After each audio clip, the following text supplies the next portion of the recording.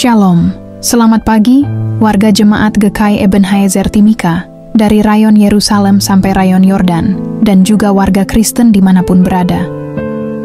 Kita patut bersyukur oleh karena pemeliharaan Tuhan sehingga kita dapat berjumpa lagi dalam siaran Bina Keluarga Kristen, edisi Jumat tanggal 11 April tahun 2025. Pagi ini kita akan mendengarkan firman Tuhan dalam renungan pagi yang akan disampaikan oleh Penatua Ibu Paula W. Korwa. Untuk mengawali siaran di pagi ini, kita akan memulainya dengan doa. Shalom, selamat pagi. Kami sampaikan kepada Bapak Ibu, saudara-saudari yang dikasihi oleh Tuhan kita Yesus Kristus. Kita akan datang kepada renungan BKK di pagi hari ini. Namun sebelumnya, mari kita berdoa.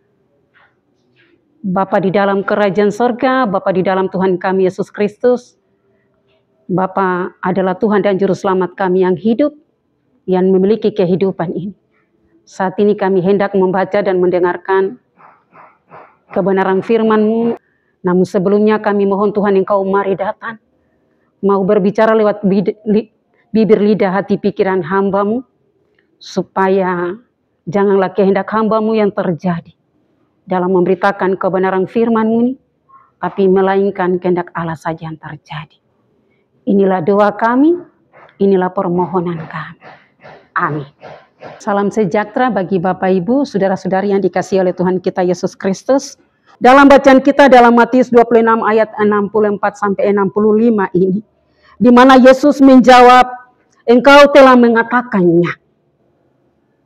Tetapi aku berkata kepadamu, mulai sekarang kamu akan melihat Anak Manusia duduk di sebelah kanan yang Maha Kuasa, dan datang di atas awan-awan di langit." Maka imam besar itu menggoyahkan pakaiannya dan berkata, "Ia menghujat Allah, untuk apa kita perlu saksi?" Demikian bunyi firman Tuhan, dan dikatakan berbahagialah setiap orang yang mendengarkan firman Tuhan ini, serta memeliharanya dan melakukannya dalam kehidupan mereka tiap-tiap hari.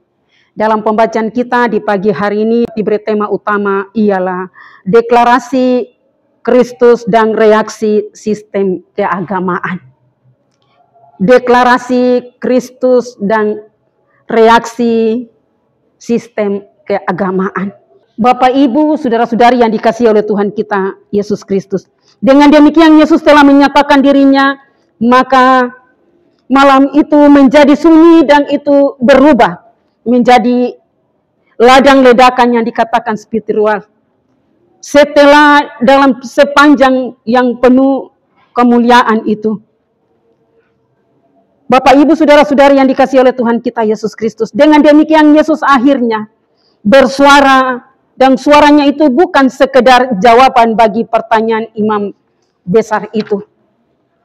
Namun itu adalah proklamasi dari fakta kekekalan, dan ia tidak membela diri dan tidak menyatakan identitas dirinya.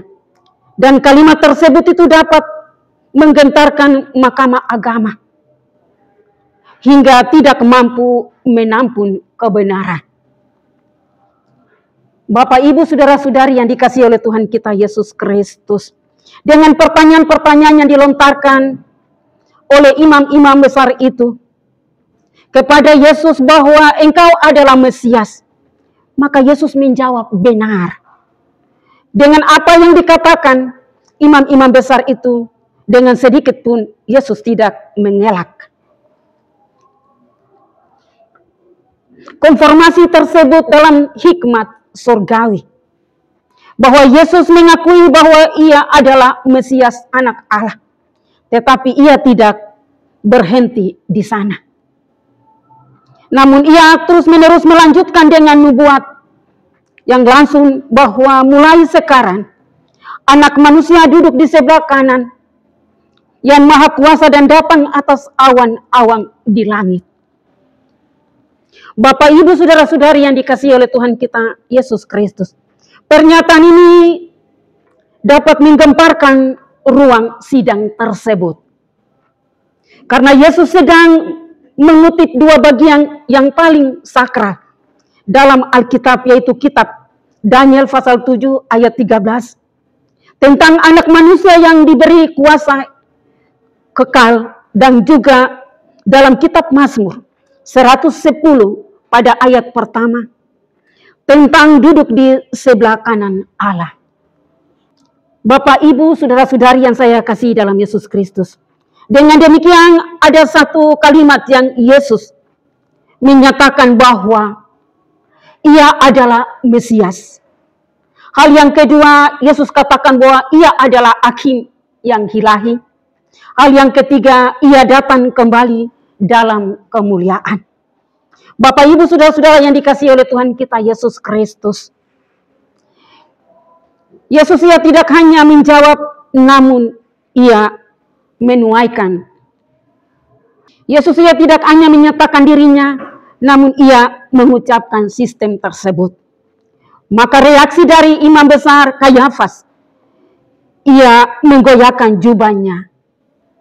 Dan hendak dia lakukan ini bukanlah sekedar simbol kesedihan, tetapi itu adalah deklarasi bahwa menurutnya Yesus telah menghujat. Tetapi sesungguhnya Ia bukan menunjukkan duka, namun Ia sedang menunjukkan bahwa dunia tidak siap menerimanya. Siapa itu Yesus sebenarnya? Bapak, Ibu, saudara-saudari yang saya kasih dalam Yesus Kristus, jubah robek itu adalah simbol dari sistem keagamaan yang tidak lagi mampu menampung kemuliaan itu. Namun Kayafas tidak sadar bahwa yang berdiri di hadapannya adalah hakim yang kekal, yang akan mengadili dirinya. Bapak, Ibu, saudara-saudari yang saya kasih dalam Yesus Kristus, dan inilah tragedinya, tragedi yang telah terjadi. Maka ketika manusia lebih percaya pada sistemnya daripada suara Tuhan, ketika pemimpin rohani lebih takut kehilangan kuasanya daripada mengenal kebenaran, ketika jubah agama lebih dijaga daripada menerima Raja kemuliaan. Bapak, Ibu, saudara-saudari yang saya kasih dalam Yesus Kristus, Yesus hanya berbicara hanya satu kalimat, dan sistem dunia langsung menggila karena terang yang menyala di tengah-tengah kegelapan akan selalu memaksa setiap hati untuk memiliki, tunduk dan percaya, atau menggoyahkan atau menolak. Bapak, Ibu, saudara-saudari yang saya kasih dalam Yesus Kristus, maka hari ini Yesus bertanya kepada Bapak, Ibu, saudara-saudari dan saya, ketika dinyatakan kebenaran dalam kehidupanmu, apakah engkau menyembah atau menggoyahkan jubahmu?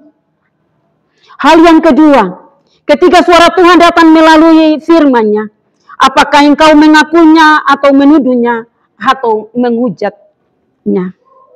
Hal yang ketiga, apakah hatimu menjadi tempat faktanya atau ruang sidang yang penuh dengan kemarahan?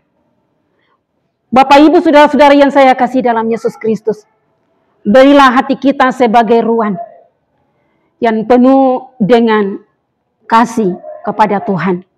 Menerima Yesus Kristus sebagai Mesias, anak Allah, yang telah rela berkorban untuk memberikan dirinya, untuk menggantikan segala dosa dan kesalahan kita. Maka memberikan diri dan hati kita sebagai ruangan yang dipenuhi dengan penuh sukacita.